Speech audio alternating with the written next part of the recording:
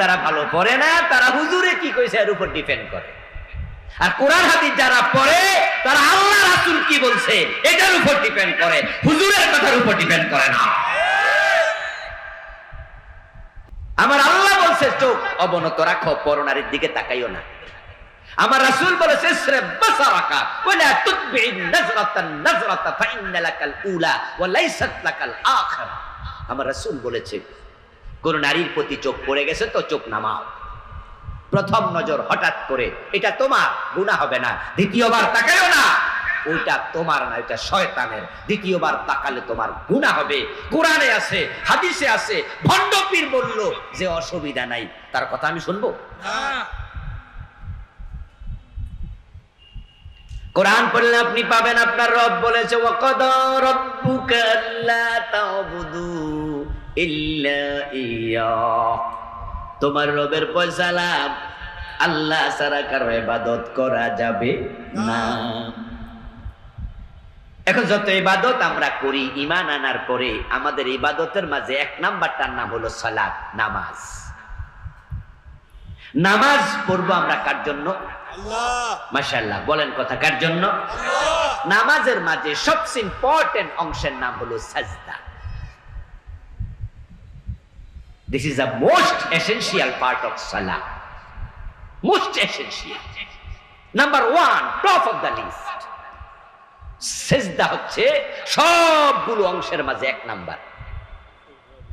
তাহলে সাজদাটা হবে শুধু কার জন্য? আল্লাহ। আচ্ছা, এ হলো আল্লাহর অর্ডার, ইবাদত আমার জন্য, সাজদা আমার জন্য। এরপর রাসূলুল্লাহ বলেন লাউ কুনতু আমারা আহাদিকুম আন ইয়াসজুদা লি আহাদিন লা আমারতুন নিসা আন ইয়াসজুদনা লিআজওয়াজিহিন। প্রিয় নবীজি বলতেছেন দুনিয়ার কোন মানুষ যদি কোন মানুষকে সিজদা করার অনুমতি আমি নবী দিতাম, আদেশ দিতাম, তাহলে মেয়েদেরকে বলতাম স্বামীকে সিজদা করো। কিন্তু আমি নবী কোন মানুষকে সিজদার অনুমতি দেই না। অথচ বন্ড ফির কয় আমারে সিজদা দে, এটা তাজিমি সিজদা। রাসূলকে আমি অনুমতি দেই না, আল্লাহকে আমি ছাড়া কারো ইবাদত হবে না। তো কোরআন হাদিস যদি আপনি জানতেন, পড়তেন, আপনার পীর যদি বলতো আমারে সিজদা দাও, আপনি বলতেন তোমার মতো বন্ড পীরের দরবারে আমি মুরিদ হব না। কোরআন হাদিস আপনাকে ইসলাম দেখাইতো, পথ দেখাইতো, এটাই হক, এটা বাতিল।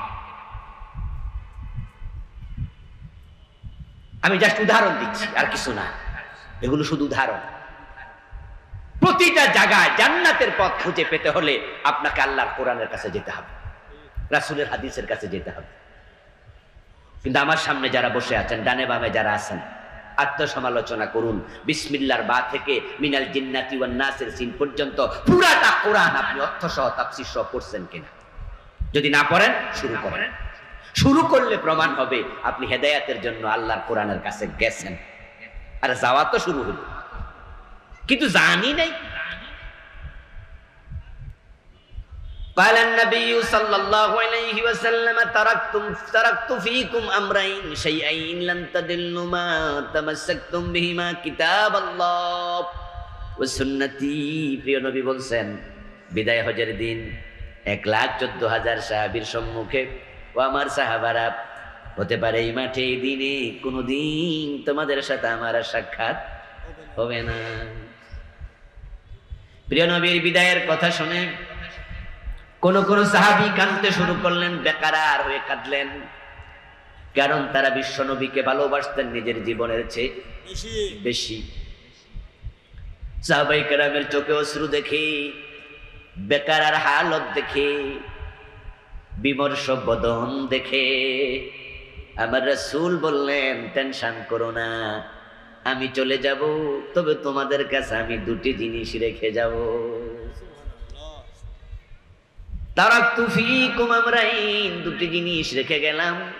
লান তাদিল্লু মা তামাসসাকতুম বিহিমা, যতদিন সে দুইটাকে আঁকড়াইয়া ধরে রাখতে পারবা পথ হারা হবা না। আমি যেই পথে আছি ওই দুটা জিনিস আঁকড়াইয়া ধরলে তোমরা সেই পথে থাকবে। আমি যে পথ ধরে জান্নাতে চলে যাচ্ছি, আল্লাহর কাছে পৌঁছে যাচ্ছি, ও দুটা জিনিসকে আঁকড়াইয়া ধরলে তোমরাও আমার সাথে আবার জান্নাতের সিঁড়িতে মিলতে পারবে, ওখানে আবার আমার সাথে দেখা হবে। ও দুটা জিনিস ধরো, পথ হারা হবা না। এক নাম্বার কিতাব আল্লাহ, আল্লাহর কোরআন, আল্লাহর কিতাব। দুই নাম্বার আমার হাদিস সুন্নাহ। এখন যদি রাসূলের সাথে জান্নাতের সিঁড়িতে আবার মিলিত হতে চান, দেখা করতে চান, কোরআন হাদিস ভালো করে আঁকড়াইয়া ধরা দরকার আছে না?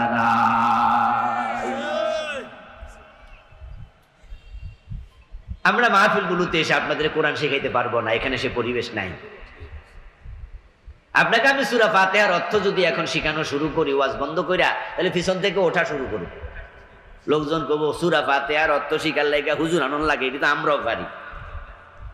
এজন্য আমরা চাইলেও আপনাদেরকে এখানে সূরা ফাতিহা বিশুদ্ধ শিখাইতে পারবো না। অথচ সূরা ফাতিহা বিশুদ্ধ পারে না এমন দুই চারজন আজকের মাহফিলে আছে কিনা?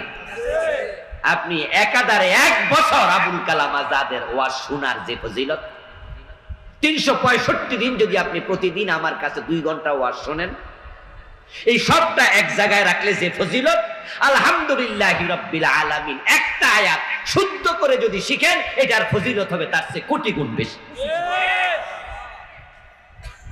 আমার ওয়াজ শোনা নফল, শুনলে কি না শুনলে কি, কিন্তু কোরআন বিশুদ্ধভাবে শিক্ষা করা নফল না ফরজ? তো আমরা তো আপনাকে মাহফিলে কোরআন শিখাইতে পারি না, সে পরিবেশ নাই, বাংলাদেশের লোকেরা এগুলো করে না। আমাদেরকে আজ পর্যন্ত কেউ দাওয়াত দেয় নাই যে হুজুর আপনারা দাওয়াত দিয়ে আনছি, আপনি একটু 1-1.5 ঘন্টা শুধুমাত্র আমরা বিশুদ্ধ কোরআন তেলাওয়াত শিখাবেন। আজ পর্যন্ত কেউ দাওয়াত দেয় নাই। এই যে বিভিন্ন মাহফিলে বড় বড় কারি সাহেবরা দাওয়াত দেয়, তেলাওয়াত শিখানোর জন্য দেয় না শোনার জন্য দেয়? হ্যাঁ, যে পৃথিবীর শ্রেষ্ঠ কারি মিশর থেকে, আফ্রিকা থেকে নিয়ে আসছি, ঈদি শাবান। এখন উনারা আনার পরে যদি কমিটি কইয়া দেয় যে আজকের মাহফিলে যে শ্রোতা আছে, আপনি একটু আজকে কোরআন শরীফ শুনাইয়া লাভ নাই, আমনে তো তেলাওয়াত বালাই, তো শুনলে আমরা লাভ কি, বরং হেরারে একটু শিখান। আর উনি সূরা ফাতিহা মাস্ক শুরু করে এক আয়াত কইরা, পিছন দিয়া শ্রোতা কইব দূর এ কামার লাগাইছি। শুনতে আসে, শিখতে আসে। অথচ গুরুত্ব কি শোনার বেশি না শিখার বেশি? এই জন্য আপনাদের প্রতি আমার আজকে অনুরোধ থাকবে, যারা কোরআন পারেন না তারা অবশ্যই এ রমাদানকে কোরআন শিখায় কাজে লাগাতেই, যারা পারেন বিশুদ্ধ পারেন না, কোরআন শিখা যেমন ফরজ, বিশুদ্ধ তেলাওয়াত করা ফরজ।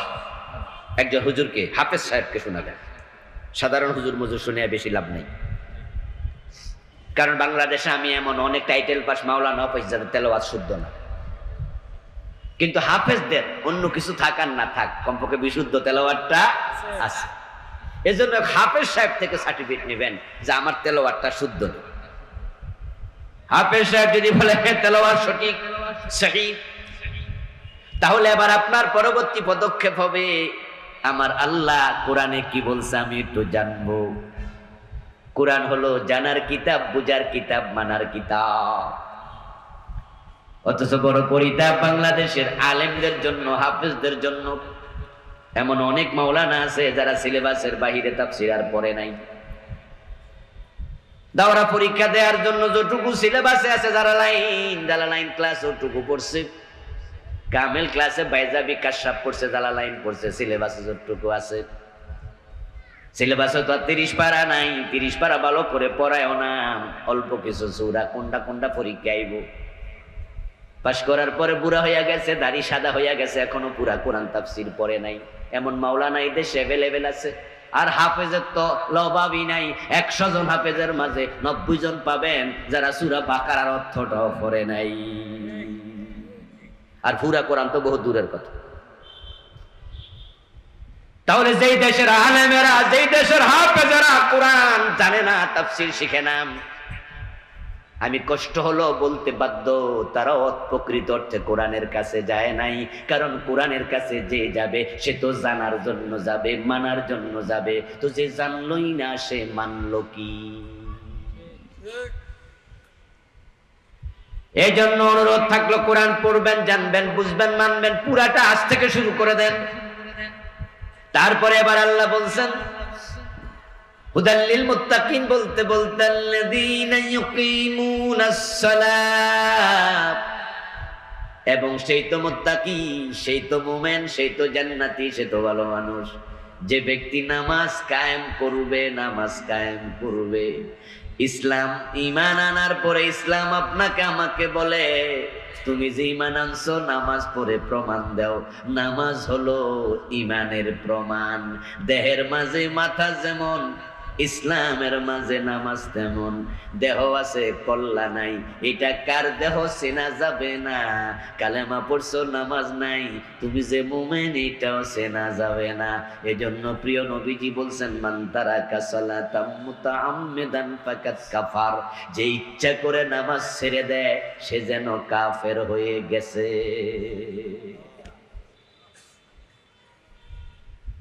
দেহের মাঝে মাথা নাই, তোমার পরিচয় নাই, কে কার দেহ বোঝা যাবে না। তুমি নামাজ পড়ো না, তুমি মুসলিম, তার কোনো পরিচয় আর নাই।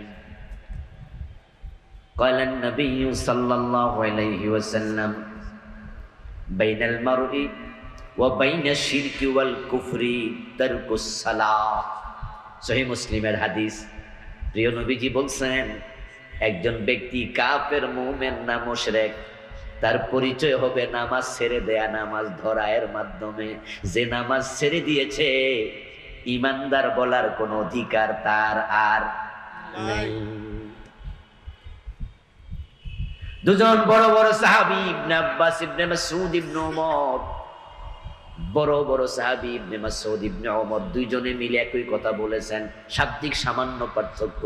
ইবনে ওমর ইবনে মাসউদ দুইজনে বলতেছেন লা হাজ্জা ফিল ইসলাম লিমান তারাকা সালাতা, যে ব্যক্তি নামাজ ছেড়ে দিয়েছে ইসলামের মাঝে তার কোনো অংশীদারিত্ব আর নাই। ও দোস্ত, হাসরের ময়দানে আজকের যুগে আমরা যারা আছি রাসূলের শাফাত ছাড়া আমরা জান্নাত পাবো এই আশা করা বড় দুরূহ। কারণ আমাদের আমল খুবই কম এবং আমলের অবস্থা খুব খারাপ। কারণ আমাদের নামাজ, এই যে তারাবি আসতেছে কয়দিন পরে দেখবেন বাংলাদেশে তারাবি রমজান রহমত হিসাবে আসে না, অনেকের কাছে আসে গজব হিসাবে। কারণ আমরা অন্য ওয়াক্ত নামাজ আস্তে ধীরে যদিও পড়ি, রমাদানের স্পেশাল তারাবি এটার 12টা বাজাইয়া সারি। 20 রাকাত তারাবি 18 মিনিটে ফইরালায়, রুকু দিয়া সোজা হইয়া খাড়ায় না, 2 সিজদার মাঝখানে বসে না, কি পড়ছে ইমাম সাহেব কেরাত নিজেও বোঝে না, এমন মসজিদের সংখ্যাই বেশি। এক নিঃশ্বাসে 7 আয়াত শেষ, আলহামদুলিল্লাহি রাব্বিল আলামিন বুঝা যায়, মাঝখানে গুনগুন, শেষে ওয়ালাদ দাল্লিন, তারপরে আবার শুরু করলো কেরাত। শুরুতে বুঝা যায়, শেষে ওয়ালাদ আবার জালিমিন কইয়া টান মারলে, কাফিরিন কইয়া টান মারলে মুসল্লি বুঝে রুকুতে যাওয়ার টাইম হইছে। এর আগে হুজুর কি কইলো মুসল্লিরাও? আল্লাহর সাথে রীতিমতো বেয়াদবি চলছে নামাজের নামে, আল্লাহর সাথে রীতিমতো চলছে চরম মানের বেয়াদবি। রমাদান আসছে, এই নামাজ লইয়া হাসরের ময়দানে নাজাত কেমনে পাইবা? আর যারা বেনামাজি ওদের কথা বলে তো লাভই নাই। ও আমার প্রিয় ভাই, হাসরের ময়দানে রাসূলুল্লাহ শাফাত আমাদের জন্য বড় জরুরি। এখন রাসূল শাফাত করবে কাকে? হাদিসে পাওয়া যায় কালেন নবী সাল্লাল্লাহু আলাইহি ওয়াসাল্লাম শাফাতি লিহাল কাবাইর মিন উম্মতি, আমি আমার কবিরা গুনাহগার উম্মতের জন্য সুপারিশকারী হব।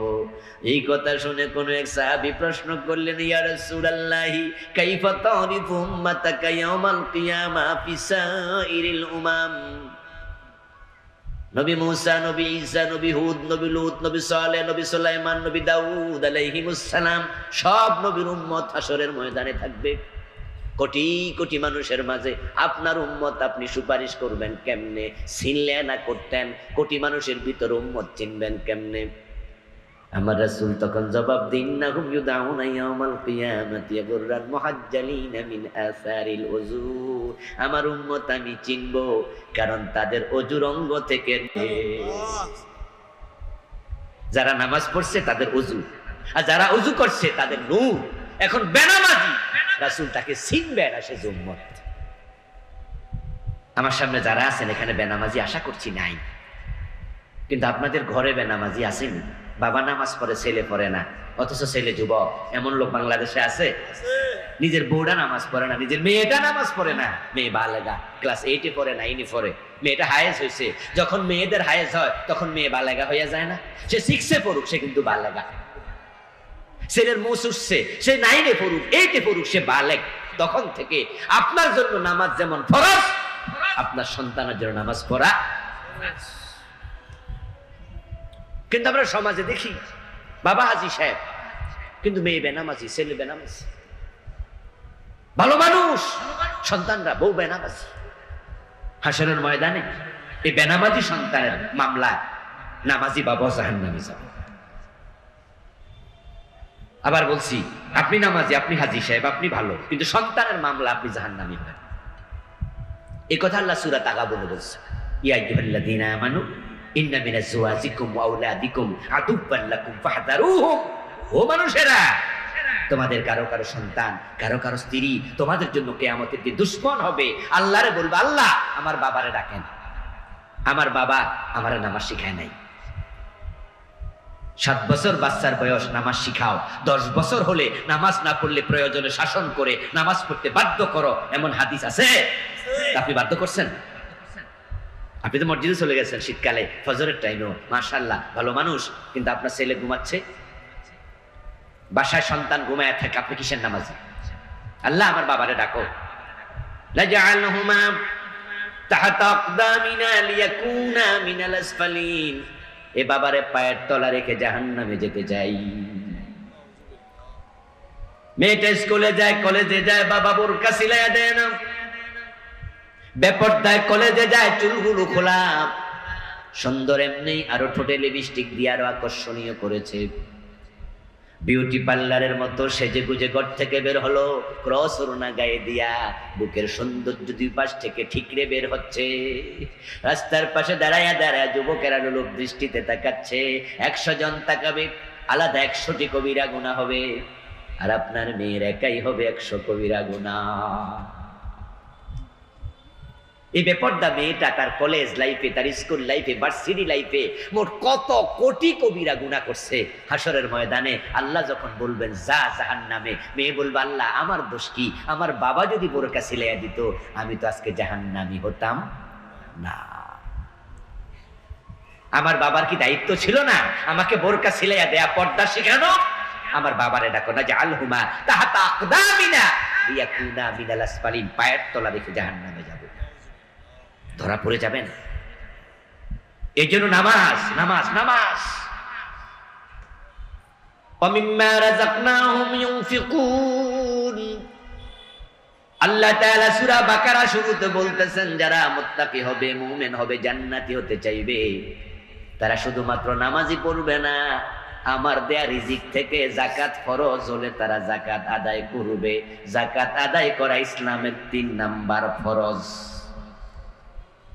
ইসলামের খুঁটি হলো 5টা, তার মাঝে 3 নাম্বার খুঁটির নাম হলো যাকাত। বাংলাদেশের লোকেরা ধাক্কায় এটারে 5 নাম্বারে নিচ্ছে। খুঁটি যদি আরো বেশি থাকতো ধাক্কায় আরো পিছনে নিত, কারণ তারা যাকাতের ব্যাপারে সবচেয়ে বেশি গাফেল। হজে যাইতে রাজি হয়, 5 লাখ টাকা খরচ হোক, নামের আগে হাজি লেখা যাবে। রোজা রাখবো, আরো লাভ, চালের উপরে চাপ কমবে, কিন্তু যাকাত দিলে লস, টাকা কমে যাবে। তাই দেখবেন যে যত বড় লোক যাকাতে তত ফাঁকিবাজ। প্রথমে হিসাব করছে টাকা আছে 10 লাখ, যাকাত আসছে 25,000, দিয়া দাও। টাকা আছে 1 কোটি, যাকাত আসছে 2.5 লাখ, দিয়ে দাও। টাকা আছে 100 কোটি, যাকাত আসছে 2.5 কোটি। এবার কয়, বাবা রে 2.5 কোটি টাকা, এটা দিয়ে তো আরেকটা ইন্ডাস্ট্রি বানাইতে পারবো। এবার ম্যানেজারকে বলে লামসাম যাকাত দাও। এই জন্য আমাদের দেশের বড় লোক যদি 100 জন থাকে, আমার মন বলে 95 জন লামসাম যাকাত দেয়। অনেকে দেয় না, আসলে হিসাব করে 5% যাকাত দেয় না।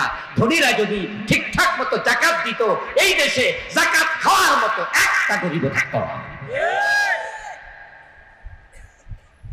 তুখাযু মিন আগনিয়াইহিম ফাতুরাদ্দু ইলা ফুকারাইহিম। ইসলাম বড় চমৎকার ধর্ম, balanced complete code of life.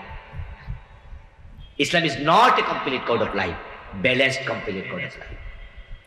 ইসলাম ভারসাম্যপূর্ণ পূর্ণাঙ্গ জীবন বিধান, লাইফ প্রেসক্রিপশন। এই জন্য জাকাতকে 3 নম্বরে দিয়েছে। বুনিয়াল ইসলামু আলা খামসিন শাহাদাতি আন লা ইলাহা ইল্লাল্লাহ ওয়া আন্না মুহাম্মাদার রাসূলুল্লাহ ওয়া ইকামিস সালাহ ওয়া ইতাইজ যাকাত। যত জায়গায় কোরআনে সালাতের কথা আছে, সালাতের পরেই যাকাত, সালাতের পরেই যাকাত। আর বাংলাদেশে জিজ্ঞেস করবেন ইসলামের খুঁটি কয়টা? 5টা। কি কি? ঈমান, নামাজ, রোজা, হজ। যাকাত কয় নম্বরে নিল? 5 নম্বর। আল্লাহ সব জায়গা কইলো 3 নম্বরে, সালাতের পরে যাকাত। তো বাংলাদেশের পাবলিক 5 নম্বরে নিচ্ছে, কারণ 6 নম্বর তো নাই, থাকলে হিদাতে নিত। মুসলমানরা যদি ফরজ যাকাতটা দিত, সমাজটা ব্যালেন্সড হয়ে যেত। কেউ গাছতলা, কেউ 10 তলা, এটা হতো না। এখন তো আমরা কি দেখি?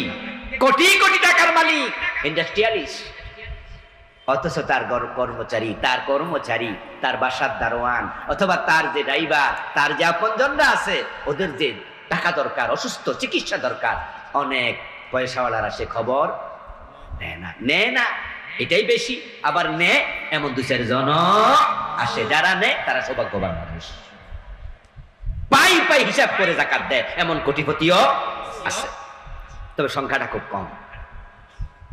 আমার দোস্ত, এই যাকাত যদি সমাজে কায়েম হয়ে যেত, তো খাযু মিনাদ দুনিয়াহিম বা তুরাদ্দু ইলা ফুকারাইহিম, ধনীদের থেকে যাকাত নেবেন, গরিবদের মাঝে বন্টন করবেন, তাহলে আর মুসলমানরা কাফেরের কাছে হাত পাতা লাগতো না। আমাদের ধনী মুসলমানদের যাকাত দিয়া গরিব মুসলমানগুলো স্বাবলম্বী হয়ে যেত। ইসলামের মাত্র 12.5 বছর 13 বছর পরে দেখেন রাসূলুল্লাহ মদিনায় প্রেসিডেন্ট ছিলেন 10 বছর। যাকাত ভিত্তিক অর্থ ব্যবস্থা তিনি চালু করলেন, ইন্তেকাল করলেন। তারপর আবু বকর সিদ্দিক রাদিয়াল্লাহু তাআলা ক্ষমতায় আসলেন। 2 বছর 3 মাস তিনি ক্ষমতায় ছিলেন। আল্লাহর হাবিবের নবুয়তের 10 বছর, শেষ 10 বছর মদিনায় ইসলামী রাষ্ট্র। তারপর আবু বকর 2 বছর 3 মাস, গেল 12 বছর 3 মাস। তারপর হযরত ওমর ক্ষমতায় আসলো। ওমর ক্ষমতায় আসার পরে তিনি ক্ষমতায় ছিলেন 10 বছর। উনার খেলাফত কালের ইতিহাস হচ্ছে আরব বিশ্বের, শুধুমাত্র ইসলাম না, অর্ধ পৃথিবী, পারস্য ইসলামের অধীনে আসছে, রোম সাম্রাজ্য ইসলামের অধীনে আসছে। কবি নজরুল চমৎকার ভাবে বলেছিলেন, অর্ধ পৃথিবী করেছো শাসন, ধুলার তখ্তে বসে, খেজুর পাতার প্রাসাদ তোমার বারে বারে গেছে খসে। মাত্র 12.5 বছরের ব্যবধানে ওমর ক্ষমতা আসার পরে উনার যোগে যাকাত বিভাগের কর্মচারী কান্দের মাঝে যাকাতের টাকা নিয়ে ঘুরতেন। যাকাত খাওয়ার মতো লোক পাওয়া যায় নাই। কোরআনের মাঝে আছে শান্তি, এখানে আছে সমৃদ্ধি, এখানে আছে উন্নতি, এখানে আছে দুনিয়ার সফলতা, এখানে আছে আখেরাতে মুক্তি। তাই সবাই মিলে আল্লাহর কোরআনের কাছে আসা দরকার আছে না নাই? কথা বড় দামি কথা। এই কথাই প্রমাণ করে কোরআন আল্লাহর কালাম। এই কথাই প্রমাণ করে কোরআন দুনিয়ার মানুষ লেখে নাই। এটা কোনো মানুষের কথা নয়, এই কথাই বড় প্রমাণ। কিভাবে? কারণ দুনিয়ার কোনো মানুষ নিজের কথা, নিজের কাজ, নিজের লেখার মাঝে ভুল নাই, ভুল হওয়ার সম্ভাবনা নাই এমন দাবি করে না, করার ক্ষমতা নাই। কারণ মানুষ জানে কেউ ভুলের ঊর্ধ্বে না। এই জন্য দেখবেন পৃথিবীতে যত লেখক আছে, যত জ্ঞানী হোক, পণ্ডিত হোক, তাদের বইয়ের ভূমিকাতে তারা লেখে, কারো চোখে ভুল ধরা পড়লে আমার একটু জানায়েন। পৃথিবীর সব লেখক তার ভূমিকাতে এটা লিখতে বাধ্য। প্রশ্ন যদি করা হয় আপনার বইয়ে ভুল আছে কিনা, তখনও পৃথিবীর সবচেয়ে জ্ঞানী মানুষ হলেও একটু মুস্কি হাসি দিয়ে বলবে থাকতেও তো পারে। কারণ আপনার কাছে যেটা সঠিক, আপনার সে জ্ঞানীর কাছে এর মাঝেও ভুল ধরা পড়তে পারে। ফাওকা কুল্লি যী ইলমিন আলিম। আল্লাহ কোরআন মাজিদে বলছেন জ্ঞানীর উপরও জ্ঞানী আছে, পণ্ডিতের উপরও পণ্ডিত আছে। তাই দুনিয়ার কোনো মানুষ কোনোদিন বলে না আমার বইতে ভুল নাই। আর কোরআনের শুরুতে আল্লাহ বললেন আলিফ লাম মিম যালিকাল কিতাবু লা রাইবা ফীহ। এটা এমন এক কিতাব যাতে ভুল দূরের কথা, কোনো সন্দেহ নাই, ভুলের কোনো সম্ভাবনাও নাই। এই কিতাবের বিসমিল্লাহর বা থেকে মিনাল জিন্নাতি ওয়ান নাসের সিন পর্যন্ত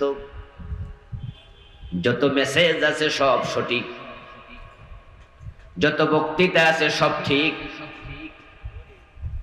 আল্লাহ যা বলেছেন প্রতিটা অক্ষর সঠিক, এর মাঝে ভুল নাই, ভুলের কোনো সম্ভাবনাও নাই। 1400 বছর চলে গেল, এই জমিনে নবীর দুশ্মন আছে, ইসলামের দুশ্মন আছে, আল্লাহর কোরআনেরও দুশ্মন আছে না নাই? অভাব নাই। হিন্দু বৌদ্ধ খ্রিস্টান ইহুদি বাদ দেন, মুসলমানের সন্তান আল্লাহর কোরআনের বিরুদ্ধে কথা বলে এমন 2-4 জন হতভাগা আছে না নাই? তসলিমা নাসরিন এখনো তো বলে যাচ্ছে, মাঝে মাঝে ফেসবুকে স্ট্যাটাস দেয়। তসলিমা নাসরিন ভারত থেকে মাঝে মাঝে ফেসবুকে এখনো লেখে কোরআনের বিরুদ্ধে, হাদিসের বিরুদ্ধে, রাসূলের বিরুদ্ধে, ইসলামের বিরুদ্ধে। সালমান রুশদি এখনো বেঁচে আছে, ইরানের নাগরিক ছিলেন, ইউরোপে চলে গেছে, পলায়া গেছে। স্যাটানিক ভার্সেস লিখেছে, ইসলামের বিরুদ্ধে কলম ধরেছে মুসলমানের সন্তান। তো হিন্দু বৌদ্ধের কথা আর কি বলবেন? আমাদের ঘরেই তো ইসলামের দুশ্মন জন্ম নিচ্ছে, ঠিক না? এই 1400 বছরে আল্লাহ তাআলা যে চ্যালেঞ্জ করলেন লা রাইবা ফি বলে, এই চ্যালেঞ্জের সামনে কেউ আসে নাই। আল্লাহ বলছেন এই কিতাবে কোনো ভুল নাই, ভুলের সম্ভাবনা নাই, সন্দেহ নাই। আজ পর্যন্ত দুনিয়ার কেউ প্রমাণ করতে পারে নাই এটা ভুল। এতে প্রমাণিত হয়ে গেল কোরআন আল্লাহর কিতাব, এটা মানুষের লেখা কোনো কিতাব না। এই নির্ভুল কিতাব আল্লাহ কেন নাজিল করলেন? এবার তিনি বলছেন হুদাল লিল মুত্তাকিন, আমি নির্ভুল বানায়া নির্ভুল করে কিতাব নাজিল করছি। যারা মুত্তাকি হতে চায় কোরআন তাদেরকে মুত্তাকি হওয়ার রাস্তা দেখায়া দেবে, হেদায়েতের পথ দেখাবে। এই কোরআনকে বলা হয় হুদা, হুদাল লিল মুত্তাকিন, হুদাল লিন নাস, হাযা হুদা ফামান তাবিআ হুদায়া ফালা খাউফুন আলাইহিম ওয়ালা হুম ইয়াহজানুন ফামান ইত্তাবা হুদায়া ফালা ইয়াদিল্লু ওয়ালা ইয়াশকা। কোরআনে অসংখ্য জায়গায় আল্লাহ নিজে এটাকে হুদা বলেছেন।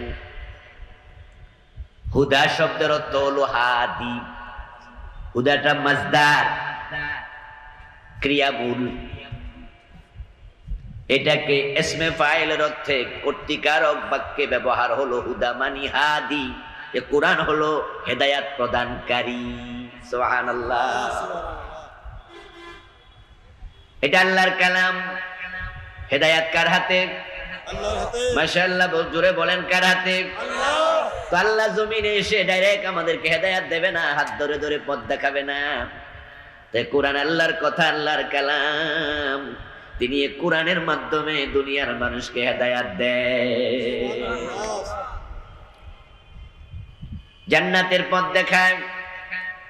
এই কোরআন আসছে জান্নাতের পথ দেখাতে। কারণ আল্লাহ চান আমরা সবগুলো মানুষ যেন জান্নাতে পৌঁছি। আমরা সবাই চলমান পথিক, আমরা যেন পথ না হারাই। আমরা কেউ থেমে নাই, আমরা সবাই চলমান, আমরা পথিক, আমরা চলছি মুসাফিরের মতো। আমাদের চলা শুরু হয়েছে রুহের জগৎ থেকে। আমরা চলতে চলতে কেউ জান্নাতে গিয়ে পৌঁছবো, আবার কেউ জাহান্নামে গিয়ে পৌঁছবে। সেখানে যাওয়ার পর চলা শেষ, এরপর আর চলার গতি থাকবে না, থেমে যাবে, শেষ।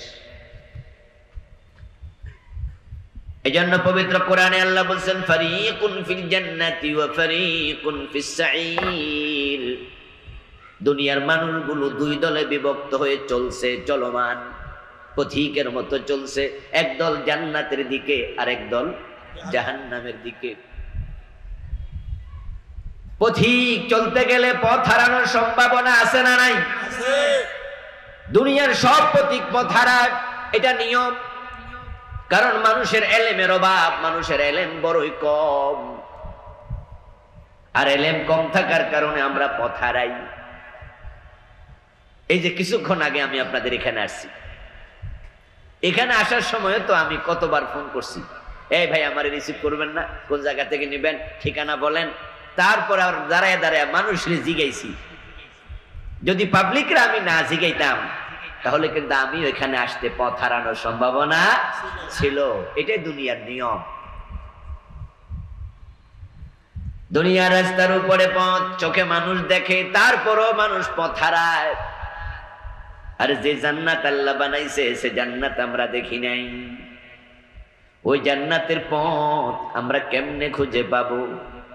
এই জন্য আল্লাহ জানেন জান্নাতের পথ মানুষ নিজের চিন্তা দিয়া খুঁজে পাবে না। তাই জান্নাতের পথ দেখানোর জন্য আল্লাহ কোরআন নাজিল করছে। আপনি যদি জান্নাতে যেতে চান, ওই পথ পেতে চান, আপনাকে আল্লাহর কোরআনের কাছে আসতেই হবে। এর কোনো বিকল্প নাই, এর বিকল্প নাই। কোরআন বাদ দিয়া যারা জান্নাতের পথ খোঁজে তারা পথহারা, তারা পথভ্রষ্ট। আবার বলছি, ভালো করে শুনুন, বাংলাদেশের সব মানুষ জান্নাতে যেতে চায়, কে না চায়? বেনামাজিও জান্নাতে যাওয়ার জন্য স্বপ্ন দেখে, পীরের পায়ে সেজদা দেয়, আল্লাহর কদমে সেজদা দেয় না এমন লোক বাংলাদেশে আছে না নাই? আছে। ও বেটাও সেজদা দেয় জান্নাত পাওয়ার মানুষে, পীর সাহেব তারা জান্নাতে নিয়ে যাবে এই আশায় এই বেটাও পীরের পায়ে সেজদা দেয়। তাই ওই বন্ডর মনেও জান্নাতে যাওয়ার শখ আছে। ইভেন যারা মূর্তি পূজক তারাও জান্নাতে যেতে চায়। শুধু বাংলাদেশের মূর্তি পূজক না, রাসূলুল্লাহ জামানা যারা ছিল তারাও।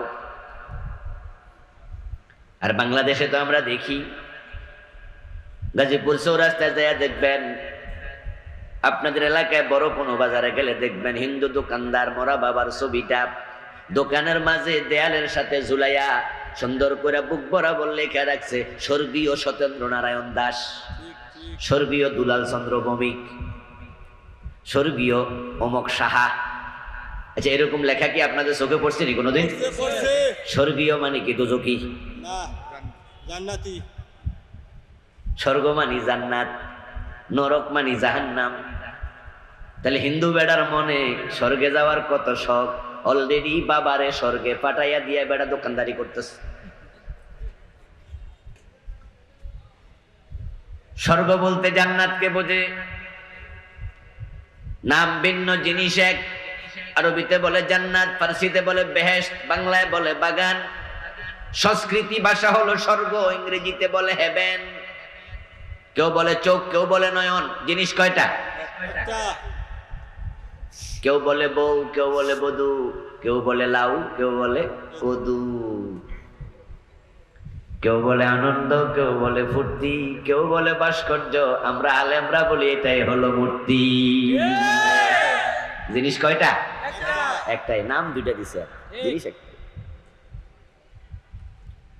আমার প্রিয় ভাই, জান্নাতি স্বর্গীয় এক কথা। আবু বকর জান্নাতি, হযরত ওমর বেহেশতি। দুইজন কি দুই দেশে? না না। তো হিন্দু বেটাদের লেখা দিল স্বর্গীয় দুলাল চন্দ্র ভৌমিক। এর মানে দুলাল চন্দ্র জান্নাতে ঢুকে গেছে? কোন হিন্দু জান্নাতে গেছে? কোন মুশরিক জান্নাতে যাবে? মুশরিকের জন্য জান্নাত হালাল না হারাম? হারাম করছে কে? আল্লাহ। ومن يشرك بالله فقد حرم الله عليه الجنة। আপনার কাছে যেটা ঈমান হারানোর কারণ এটা শিরক, তার কাছে এটা জায়েজ। দিব্যি সেজদা দিচ্ছে পীরকে, একা দেয় না, পীরের পায়ে সেজদা দিয়া নিজের বউরে কয় আবার তুমি দাও, বউ সরে গেলে আবার মাইয়ারে কয় তুই দে, দল বাইন্দা দিতাস। আল্লাহ তাআলা কোরআনে বলছেন ওয়ামান আরাদা আন যিকরি ফাইন্না লাহু মাঈশাতান দানকাও ওয়া নাহশুরুহু ইয়াওমাল কিয়ামাতি আ'মা। নাউযুবিল্লাহ পড়েন, নাউযুবিল্লাহ। ওয়ামান আরাদা আন যিকরি, যে ব্যক্তি আমি আল্লাহর জিকির থেকে, আমার কোরআন থেকে মুখ ফিরাইয়া নিল, আমি আল্লাহর কোরআনের কাছে যায় না, কোরআন থেকে যে মুখ ফিরায় নেন, আমি কিয়ামতের দিন তাকে আমার সামনে হাজির করব, সে তখন সেদিন হবে অন্ধ। কি হবে? অন্ধ হবে। হাসরের ময়দানে আল্লাহ তাআলা এই লোকদেরকে অন্ধ করে তুলবেন। দুনিয়াতে যারা অন্ধ, আখিরাতেও কি হবে? হ্যাঁ। তখন সে কিয়ামতের দিন বলবে রব্বি লিমা হাশারতানি আমা ওয়া কাদ কুনতু বাসীরা। ও আমার রব, দুনিয়ায় আমার চোখ ছিল, অথচ আমাকে আখিরাতে তুমি কেন অন্ধ বানাইলা? আমাকে কেন অন্ধ করে তুললা? আমি তো চোখওয়ালা ছিলাম। তখন আল্লাহ তাআলা জবাব দেবেন كذلك أتتك آياتنا فنسيتها وكذلك اليوم تنسى।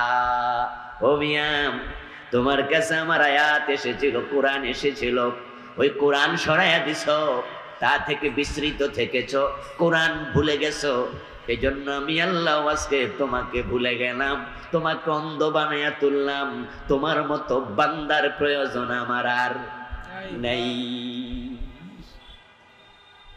তাহলে আমি এতক্ষণ ধরে যা বুঝাতে চাইলাম সেটা হচ্ছে, আপনি জান্নাতের পথ পেতে হলে আপনাকে আল্লাহর কোরআনের কাছে আসতেই হবে, এর কোনো বিকল্প নাই। আসবেন না, দুনিয়ায় পথ হারা হবেন, আখিরাতে অন্ধ হয়ে উঠবেন।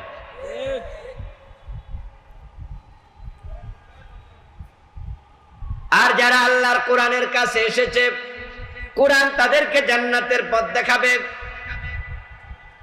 আমার বন্ধু, কোরআন হেদায়েতের একমাত্র কিতাব, আর কোরআনের ব্যাখ্যা হলো হাদিস। কোরআনের ব্যাখ্যা কি? হাদিস। কথা বলেন, হাদিস। কোরআনের ব্যাখ্যা কি? হাদিস। হাদিস কিন্তু রাসূল নিজে বানায়া বলে নাই, হাদিসও আল্লাহর পাঠানো ওহী। রাসূল বানিয়ে কোনো কথা বলতেন না, রাসূলের জন্য বানাইয়া কথা বলা নিষেধ।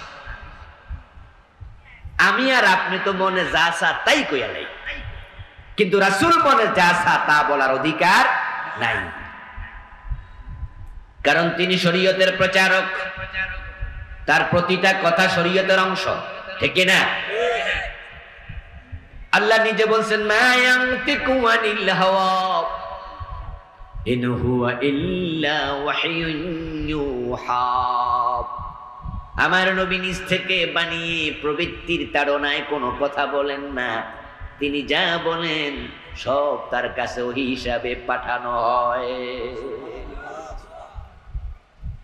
এজন্য হাদিসকে ওহী বলে। ওহী দুই প্রকার, একটা ওহী মাতলু আর একটা ওহী গায়রে মাতলু।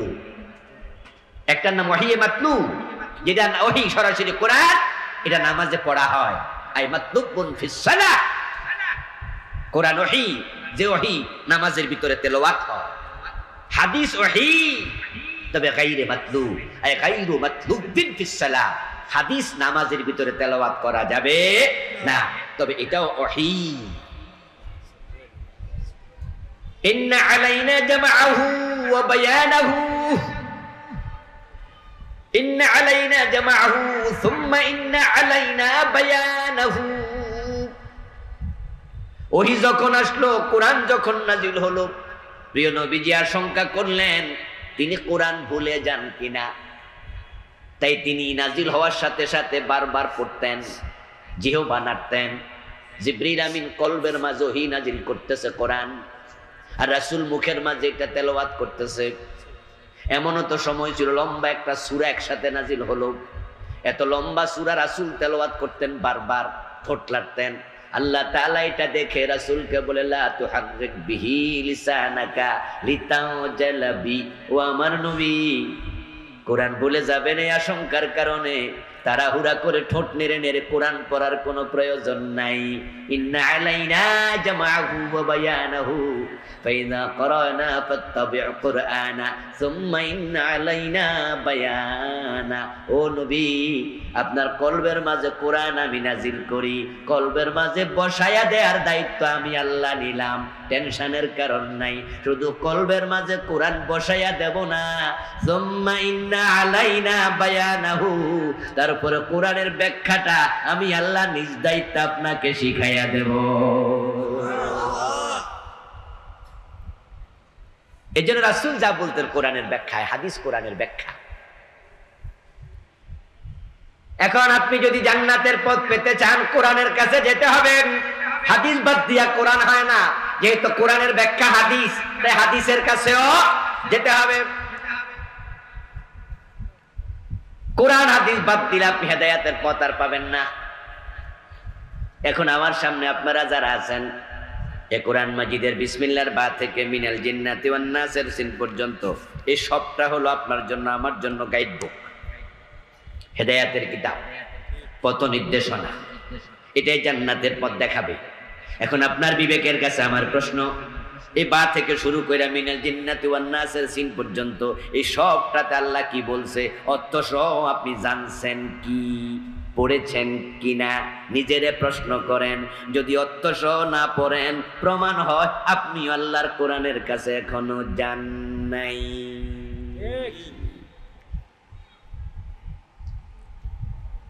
তেলাওয়াত করে তাকে রেখে দেওয়ার জন্য এটা আল্লাহ দেয় নাই।